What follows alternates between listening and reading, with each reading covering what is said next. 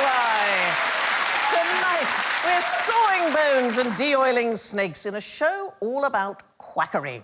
Joining me on Queasy Street are the miraculous and rejuvenating Claudia Winkleman. Guaranteed to take years off your life, it's Victoria Coren Mitchell. Good for anything that ails you, it's Stephen K. Amos. And the late Alan Davis.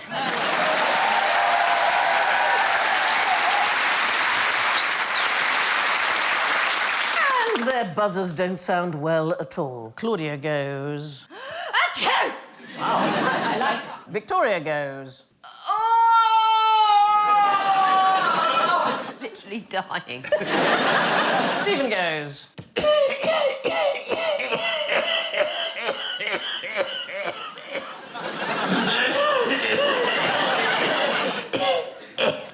It's my dad's car. And Alan goes...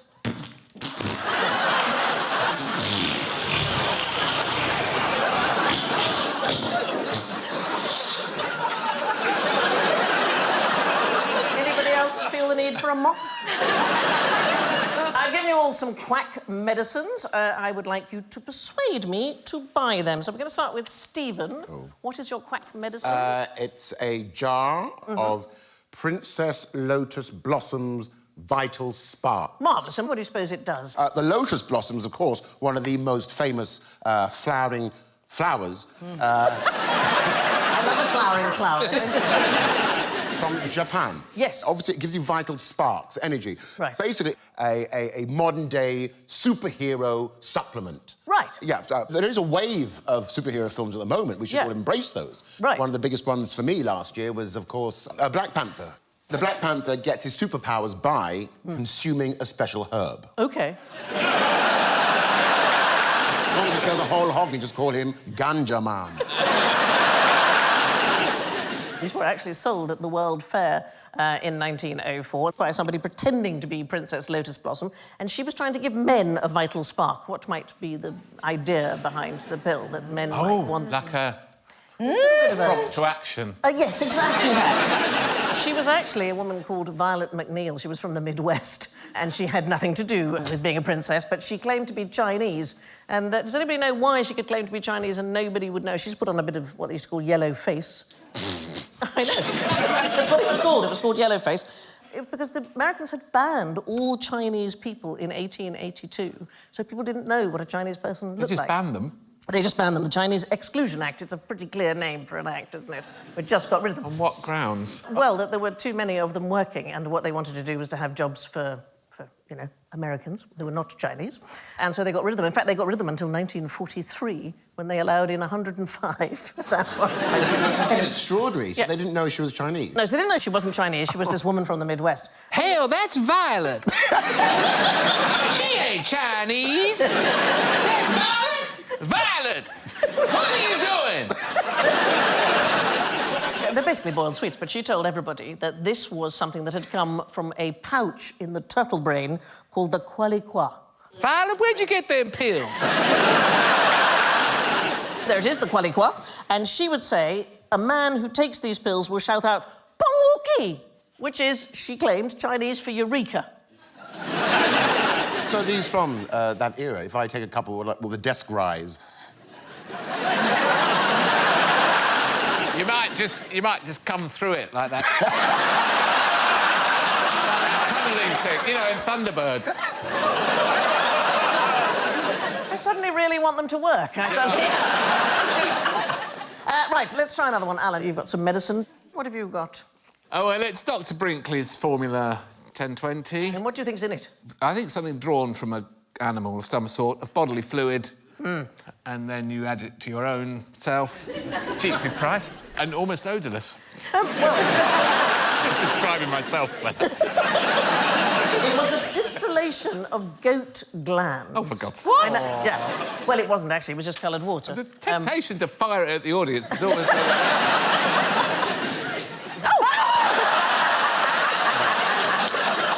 I'm glad I was looking at you. I would have thought it was Stephen.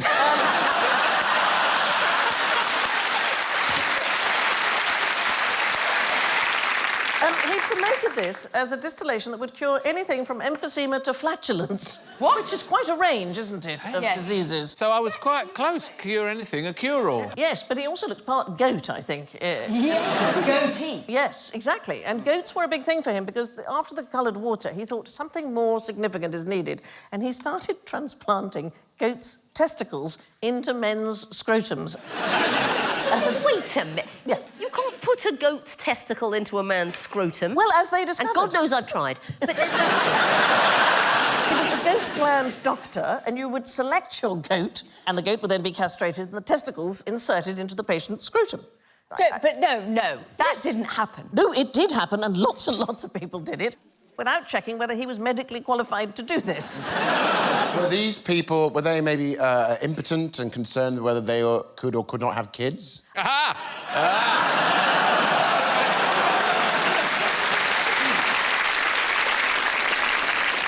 Baby goats. Yeah. It's better when you explain it.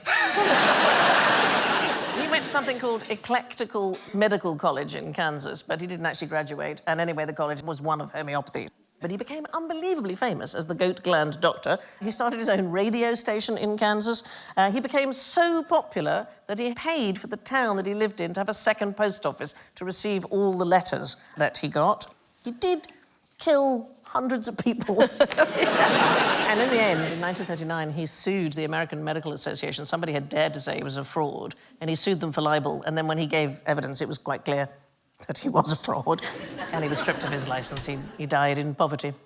Don't feel bad for him. Big fan of Hitler. Yeah. Had a swimming pool decorated with miniature swastikas. You know, they Wow. kind of, yeah, so...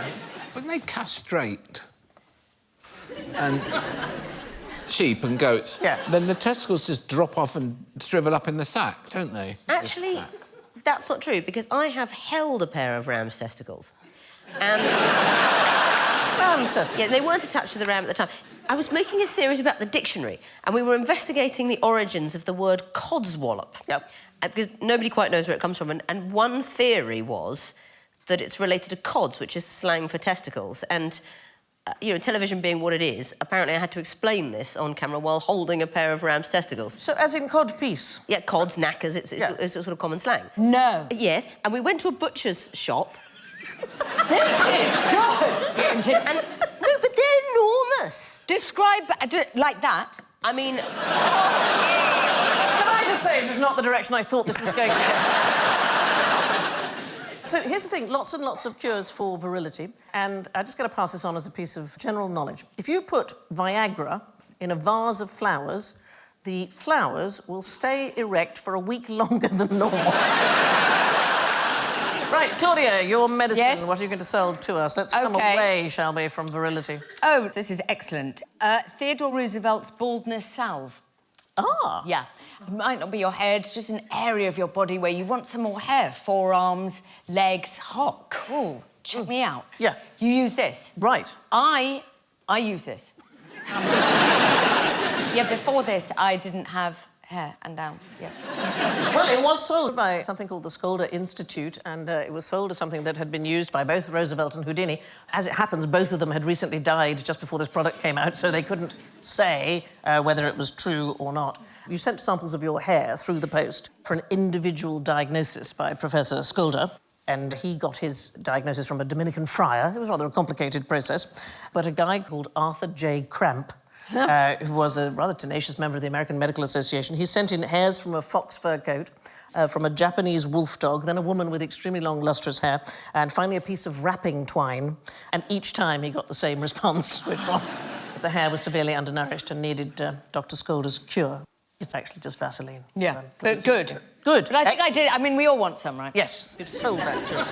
People have asked me whether I have experienced hair loss due to the fact that I'm wearing what is called a do-rag. I thought I'd wear it tonight Right. to bring attention to the great British public that that is what this is. OK. It's not a hat, it's not a hairnet, it's a do-rag.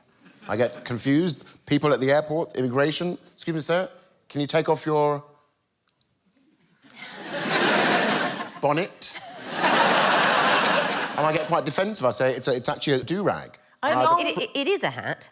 Yeah. I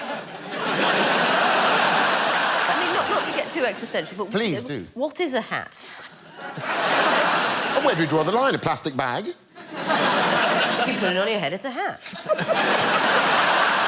Right, Victoria, Oh. a cure, please. Yes, OK, I have... Oh, Tupperware. Do Nothing Mitchell's Rest Cure. My Yeah. guess is going to be that it's just fresh air in some... Well, it used to be known as Dr. Diet and Dr. Quiet. And actually, this guy, that's him there holding a clinic, Dr. Silas Mitchell. He's not really a quack, but sometimes good doctors come up with kind of quacky ideas. Look at the do-rags on them three.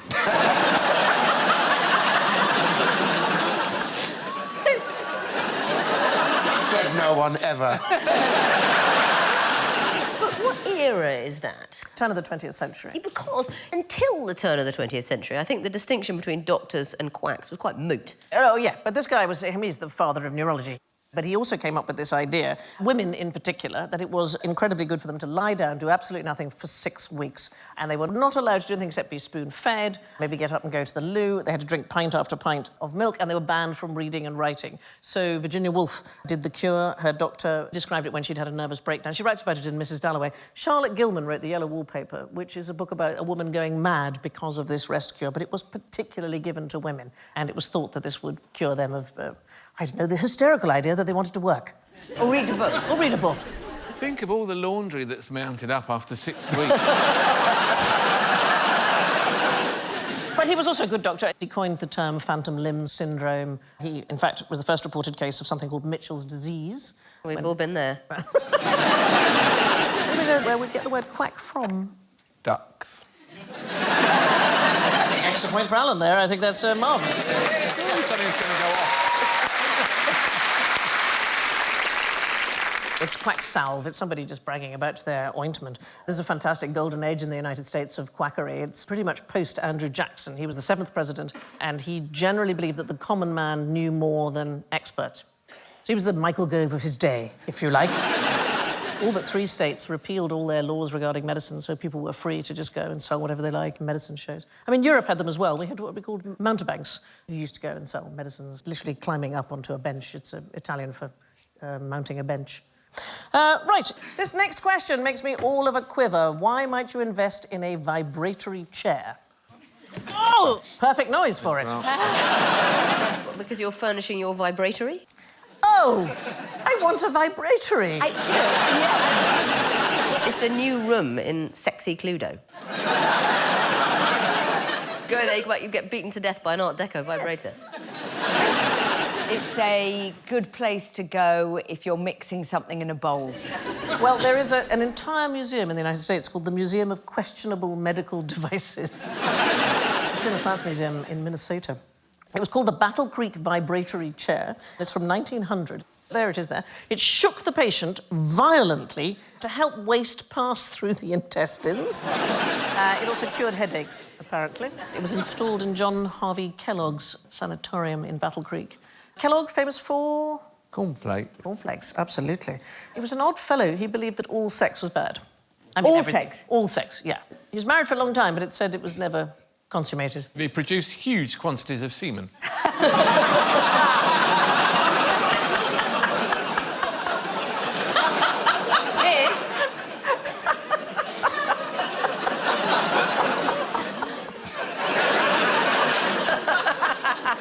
Oh, look at that now. I just shook this in my chair. Joking aside, vibrators were used as medical equipment. Yes. I think in the 20s, to temper the hysteria of women when they go getting ideas, you calm them down with a vibrator. And, you know, some doctors, I think, had queues around the block. But that's again, the border, isn't it, between quackery and medicine, because it's sort of a nonsense in a way, and yet... Well worth doing the research. I'm not sure that isn't an urban myth. You think it is true, though? Yes, I've been to a vibrator museum. Where is there a vibrator museum? In Holland. I mean, genuinely, a woman would go and see the doctor, and the doctor would perform the exercise for her. And, you know, nobody ever came out feeling worse. You feeling better yet?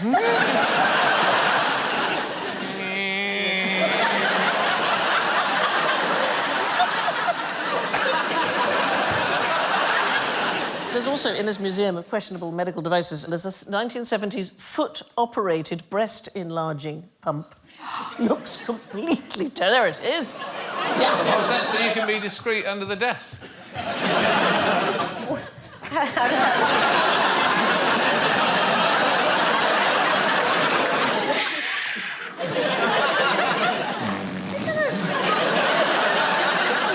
Do you mean to pump milk out? No. The idea was it would make your breasts larger if you pumped at them. I think one of the most horrible ads I've ever seen for a dubious medical device is for Dr. Scott's electric hairbrush, sold in the 1890s. Look at this. Dr. Scott's electric hairbrush will not save an Indian's scalp from his enemies, but it will preserve yours from dandruff, baldness, falling hair. What I like is at the very bottom it just says, valuable book, free. It came with a compass. And the compass... A compass? Yes, if you passed it over the brush, it jumped and it's supposed to show that the brush was properly working. I mean, obviously, it just showed it had magnetised iron in it. And then there was a guy who was I think he was the kind of dean of gadget quacks, Albert Abrams. He invented lots of things, but one of the things he invented was the dynamizer.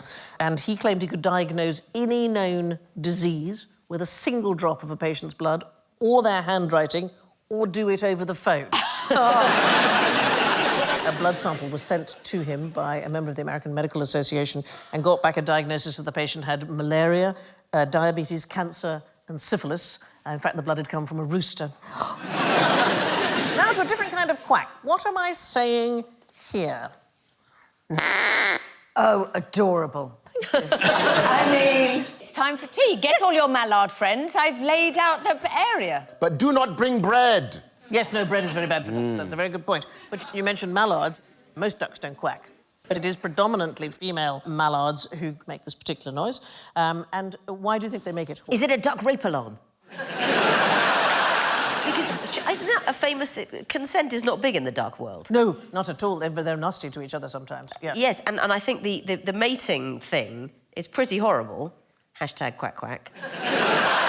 They mate for life, and they're in love. I believe that. I saw it on a Valentine's card. No, that's swans. Yeah. Yes, the sex act is a forced one for ducks. Yeah, and they chase them down, and then they keep their face out the water by holding their neck up with a beak. Very unpleasant. And then they impose themselves upon the female. In the middle of Hampstead Heath. It's not right. So the females give these bouts of loud, monotonous quacks, particularly during their pre-laying period. Why might they do that? But is it because they're fertile?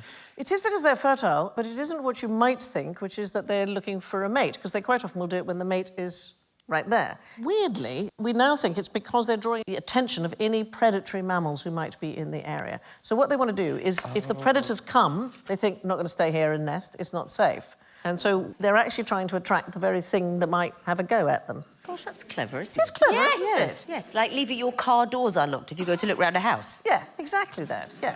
Exactly. OK, I haven't thought of doing that, but that's very clever. The other possibility, of course, is that there's already a pair of ducks there and they're sending out a message saying, we've moved in, don't any other ducks come, because this is our place, so go away. But now, let's all have a go. You've all got a duck caller. There is a human sport of duck calling, so trying to get the waterfowl to come in order to be shot, and the best duck callers take part in a World Championship duck calling contest, which is in Arkansas in every Thanksgiving. Well, why don't we all go? I don't know. Why aren't we there? I know. Let's see if we're good enough.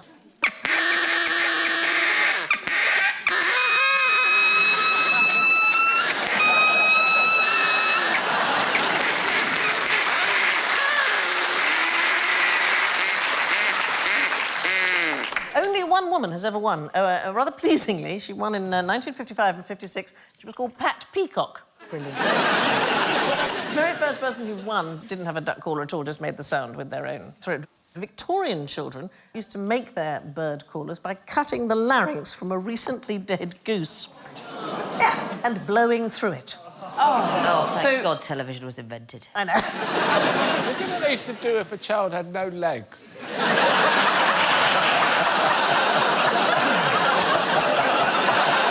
You just had to muck in.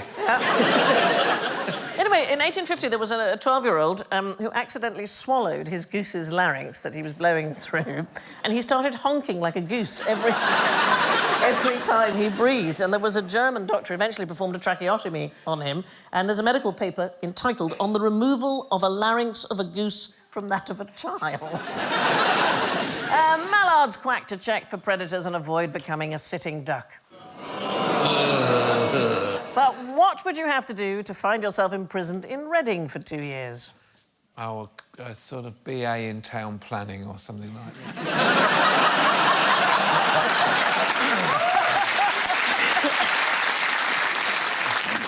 I've actually done shows in Reading, and for a laugh, I would just go, "Good evening, it's great to be here in Reading." And I heard this woman say, "Oh, he's trying to say Reading." Well, you know, you're here for a comedy show. I thought I was going to be imprisoned because I couldn't pronounce Reading correctly. I was on a bus not very long ago, and I was going past a pub, and there was a sign outside. I thought it said reading versus, and I couldn't read the bottom bit because there was somebody standing in the way, and I thought, reading versus... Colouring in. Colouring in, or Singing? Yes. Anyway, it turned out to be football, and it was Reading versus... Who would Reading play, darling? Another team. Pretty much the amount of interest I paid to it. Yeah. So come on, what would you have to do? Oscar Wilde, Reading Jail. It is not connected to Oscar Wilde. There's a special quarantine centre there. Is there? In Reading. Nits. Yeah. No. There is the International Cocoa Quarantine Centre. Stop. In Reading, part of the University of Reading. There are lots of terrible diseases that chocolate can get. Frosty pod, witch's broom. I knew they did silly courses in Reading, I knew it.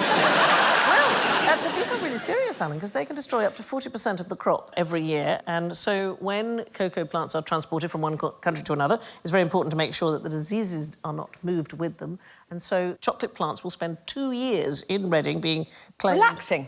Relaxing. Relaxing. Being cloned, Hanging out. tested, hanging out. Yeah. If they're healthy after 2 years, then they can go on to their destination. But otherwise, they are kept in quarantine. But do you know why it's in Britain? Is there some kind of per capita thing where we're the biggest chocolate consumers? No, it's really simple. The weather's so bad that the diseases wouldn't possibly survive out. It's one of the major perks of living here. Yeah, absolutely. Yeah. OK, why might you quarantine 5 million people? Wales.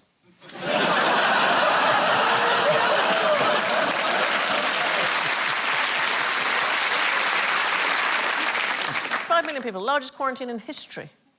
I'm going to help you out. I'm going to tell you 1918.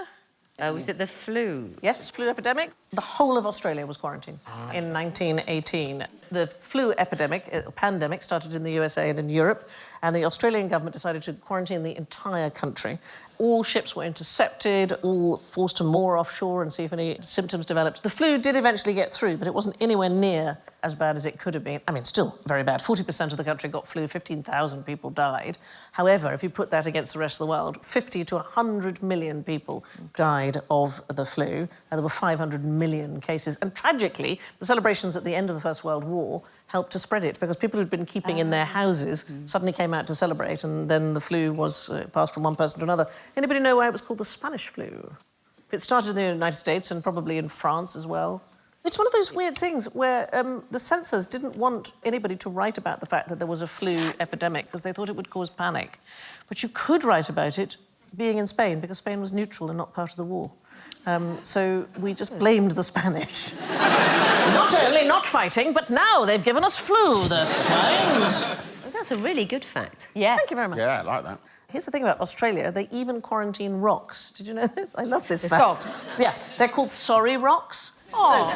So, lumps of Uluru or Ayers rock is sometimes taken by tourists, and then they feel really guilty about it and they post them back to the park rangers. No. Yeah, they get about one a day.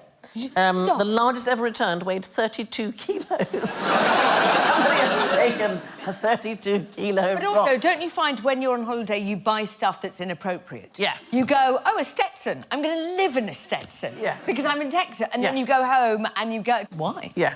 But the worry is that there's a small threat of pathogens being introduced through the rocks, and so they actually put the rocks in a neutral area. Would you like to meet Vomiting Larry? No. Yes. What? Have you got a thing about vomit? I've just closed my eyes. You continue. No, we're not actually going to show vomit. We're just going to talk about it a lot. Oh, I thought somebody called Larry was just going to come and a volcano or some kind of weird beetle or something. It's not a volcano. It is a humanoid simulated vomiting system developed by UK's Health and Safety Laboratory in Derbyshire by researcher Dr. Kat Mackerson-Booth. And there is Kat, and there is vomiting Larry. Right Hello. there. Sorry.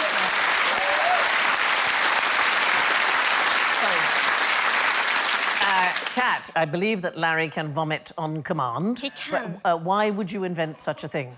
So we're looking at infection transmission, so we want to identify how far vomit spreads so that we can help clear it all back up again and prevent transmission of fluid. I kind of wish he was full there now so we could get Alan back for earlier. Yes, shooting you with goat gland. Presumably, I'm going to guess it's further than we think the little pool of vomit that... Yeah, it'd kind of fill with all the droplets and splash most of this bit of the studio. No. Wow. Yeah, but you wouldn't be able to see it, so when you come to clean up the main bulk, you'd stand in it, spread it everywhere. So you're just carrying on, but even when you think you've cleaned it all up? Yeah, yeah. Why is he called Larry? Because the head of the system's called Airway Larry. So it's for when medical students are practising laryngoscopies. Yeah, so I think obviously. that's where the Larry... I'm thinking about, do the medical students not provide enough vomit? I mean... But they can't do it on command, so, you know. It needs to be 1, 2, 3, go. Yeah. Like that. OK, so now, we can't have Larry actually vomit, you'll be very pleased to know. However... Come on, Lawrence. We do have a film of Larry. We're going to have the film without sound, but if any of you lovely people would like to join in and create the sounds that you imagine Larry might make, then help yourselves. Here. Why, of course. Yeah, let's have it. You only had to ask one. Here we go. I'm dying.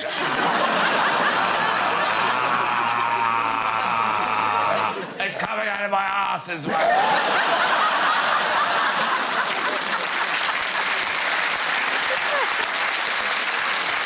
You know when you're being... and you can't turn around quick enough because you know it's going to...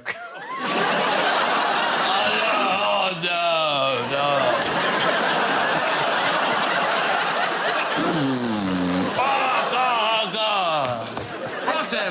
Flush me. Yes, I'm so sorry, darling. The norovirus, presumably, one of the things that you've been looking at, is that right? Yeah, that's the key thing we're looking at. So it's really infectious, can be infected with 10 viruses, and you can have kind of 1,000 million in a litre of fluid, so highly transmissible. It's like the Ferrari of the virus world, isn't Definitely. it? This is actually the norovirus here, isn't it? I mean, it looks like yeah. candied popcorn, but it's actually the norovirus. Yeah. Well, thank you so much for bringing Larry in. Dr. Kat Mackerson-Booth.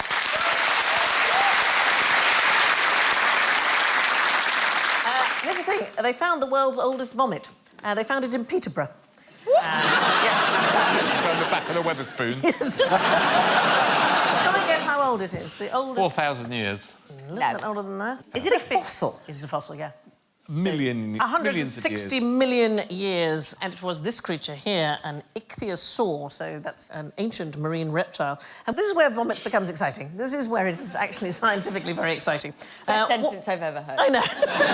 We now know that ichthyosaurs behaved much as sperm whales do today. They would eat shellfish whole, and then they would vomit up the indigestible shells because that would otherwise rip their intestines. So we've learnt a huge amount just from that. It's a funny thing, vomit. There's an extraordinary story. Remember Ted Hughes, the poet? There's a story that a woman who met him found him so physically attractive at a party that she had to leave and vomit. No. I know. Is that one of his stories? Yeah.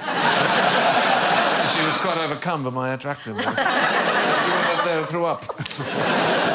Ted, come here.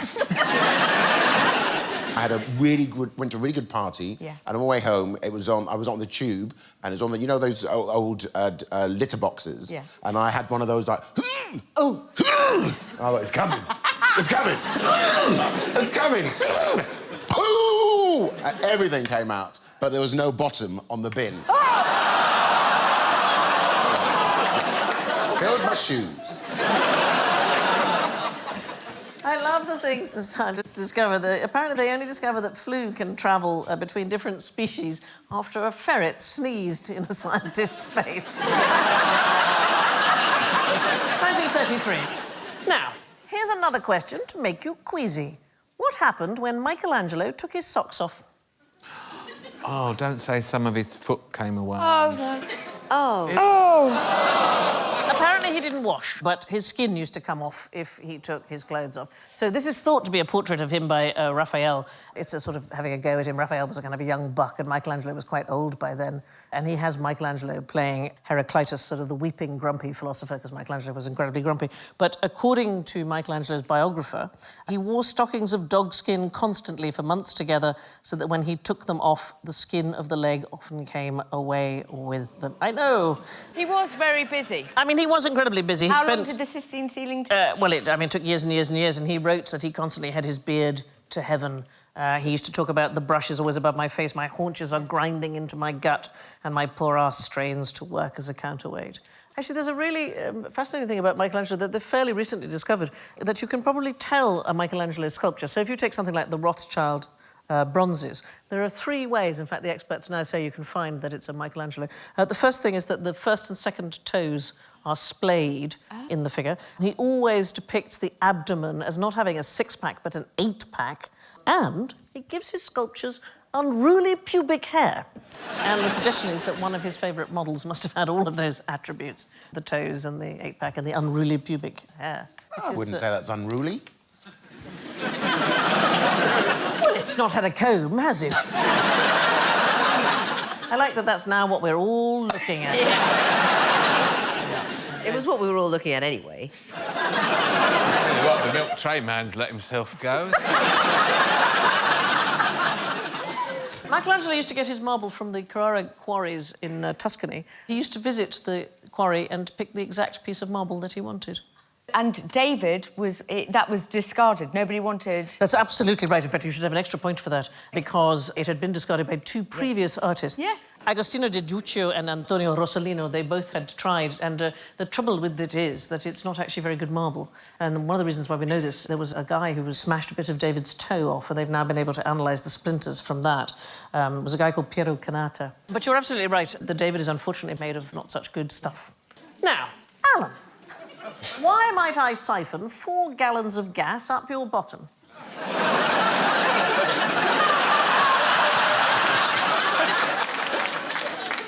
How did you get a photograph of that, you swine? We're talking about hydrogen. Is it going to have an enema effect? Is it a colon cleanser? It is a medical thing. Is it flammable? It is exactly flammable, and that's why it matters, yeah.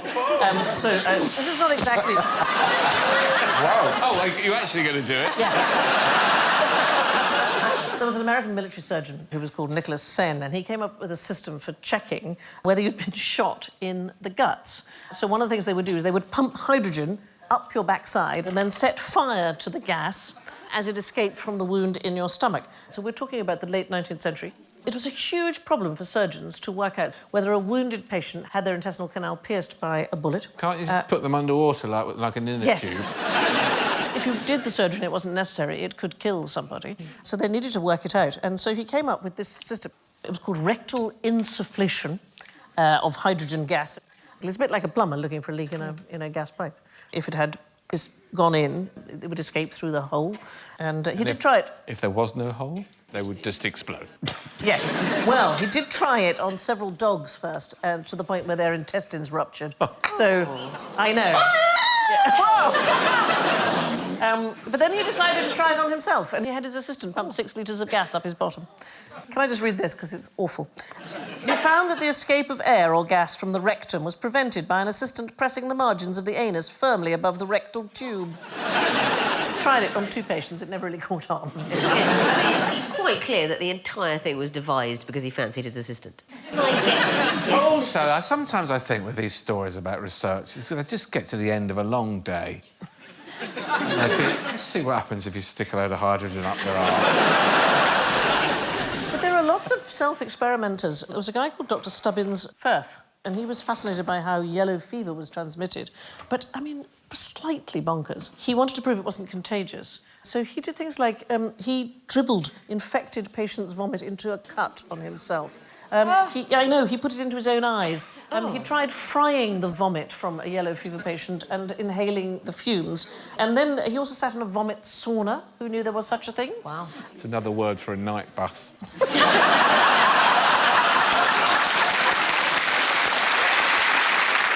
he didn't catch it, because you can only get it, of course, if it goes straight into the bloodstream, like by a mosquito, which wasn't discovered until 6 decades after he died. He died when he was 36. It doesn't say of what. Take your pick. Yeah. And in 2004, there was a biologist called David Pritchard. He allowed 50 hookworm larvae to burrow into his skin, and he wanted to see if the infestation could fight hay fever and asthma. So he applied a dressing. I know, it was horrible. A dressing with pin-sized hookworm larvae. They're like sort of maggots on the surface of meat. And he said the itch when they cross through your skin is indescribable. But here is the thing, it worked. That for some reason, the worms somehow seemed to switch off the immune system. Oh, yeah, OK, so he didn't have hay fever, but he had worms inside the arm. That's not better. I had pins and needles. I shot my foot off, so that worked. Some people go a little bit too far, I think that's enough from the annals of medical history. That sick puppy that is general ignorance. So tell me, what's the technical name of the first patient in a disease outbreak? Keith. Oh, the audience will know. What is it? Patient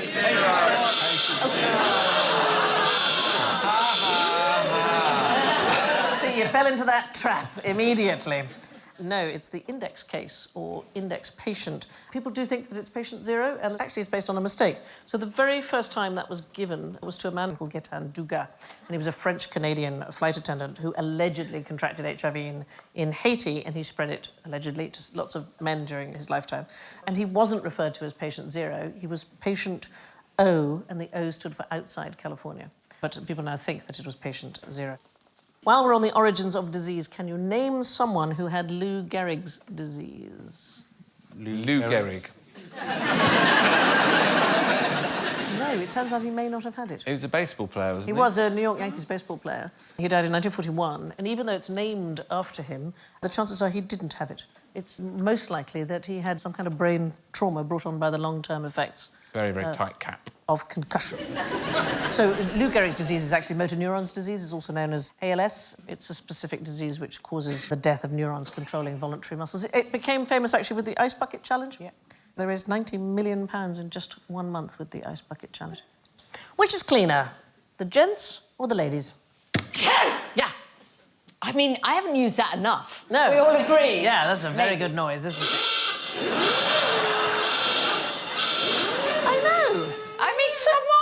So there was a study at the University of Arizona, and apparently ladies' loos are germier. Why might that be, do you think? Because we chat in there for quite a long time. We spend longer in there, but also we take children in. Oh. You know, crazy germ carriers. How are those two floating through the doors? That is slightly disturbing, isn't it? Women wash their hands a lot more than men. Men are less likely to wash their hands at sporting venues. They had a study at Turner Field Baseball Stadium in Atlanta. Men wash their hands just 65% of the time when they're at a sporting venue. I don't know how this works. It says here the study involved researchers discreetly observing. I would say it's considerably less than 65% of men. Oh, would you say? Wash their hands after they've had a wee at the Arsenal. I think there's about 5 of us who use those two. In fact, at the old Wembley Stadium, you go to wash your hands and then usually be about 6 blokes pissing in the sink. Either of you ladies think that it's worth putting down toilet paper on the seat? No. No, why? No, because you slide off, don't you? I don't have the time. Yeah. Can't go... I'll be out in a minute, have fun with my friends. Don't worry, we'll see the fireworks another time. Every time I've ever used a public loo, I've always stood there going, what are they doing in there? That's that. Is that what it is? Yeah, it's sort of that. crocheting their own seat. No, but here's the good news. It's a complete waste of time. The toilet seat is designed to not keep bacteria on it, whereas toilet paper, unbelievably absorbent. The squatting? Well, I'm more inclined to hover myself. Yeah, so, hovering. Also a bad idea. Well, the pelvic floor muscles can't relax, and so your bladder doesn't fully empty. It's also a waste of a superpower.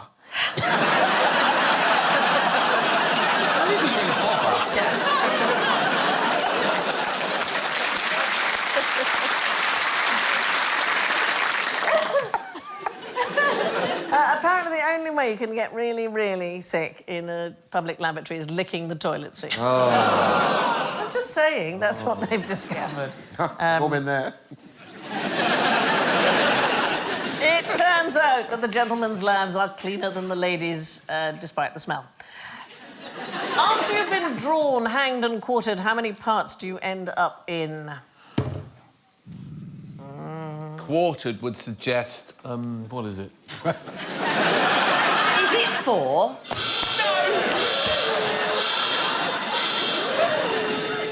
Five. It is 5. Why is it 5? Do they put your head somewhere else? Head, yeah, absolutely. So it's your head plus the 4 quarters of your body. What used to happen sometimes is that the various body parts could be spread all over the country. So William Wallace, after his execution, his 4 quarters were sent to Newcastle, Berwick, Perth and Stirling, but his head remained on London Bridge. And there used to be a thing called the Keeper of the Heads. So about 300 years, the London Bridge Gatehouse was home to the Keeper of the Heads, and his job was to display the traitors' heads to good effect, take down the old ones. You know, you're keeping that, oh, that one's looking a bit tired, take that one down. Maggoty. But also, some of them were higher than others. If you had died as a rather senior nobleman, your head on a pole would go higher. Quite right, that's quite right. Yes, quite right, the junior one. I hope you're going to put that at a very high... Everybody worried about being quartered because then you couldn't have a Christian burial. So under the 1752 Murder Act and the 1832 Anatomy Act, it ruled that criminals could be sentenced to dissection as a punishment, because it meant that you could no longer go to God at the very end. That's really recent, isn't it, for that? I mean, they're not far off finding penicillin, then. No, I know. It's about the age of my house. Strange. All of which brings us to the cruel and unusual punishment of the scores. Coming in first with surgical precision. Oh, my goodness, with 8 points. It's Stephen! Goodness. Thank you so much. In second place, it's Alan.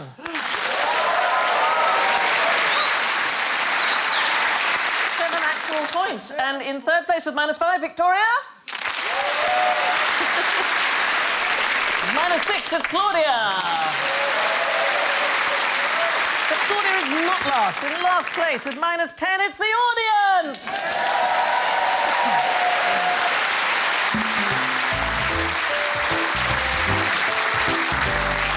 Which means I only have to thank Claudia, Stephen, Victoria and Alan, and I leave you with this quirky quotation from George Carlin.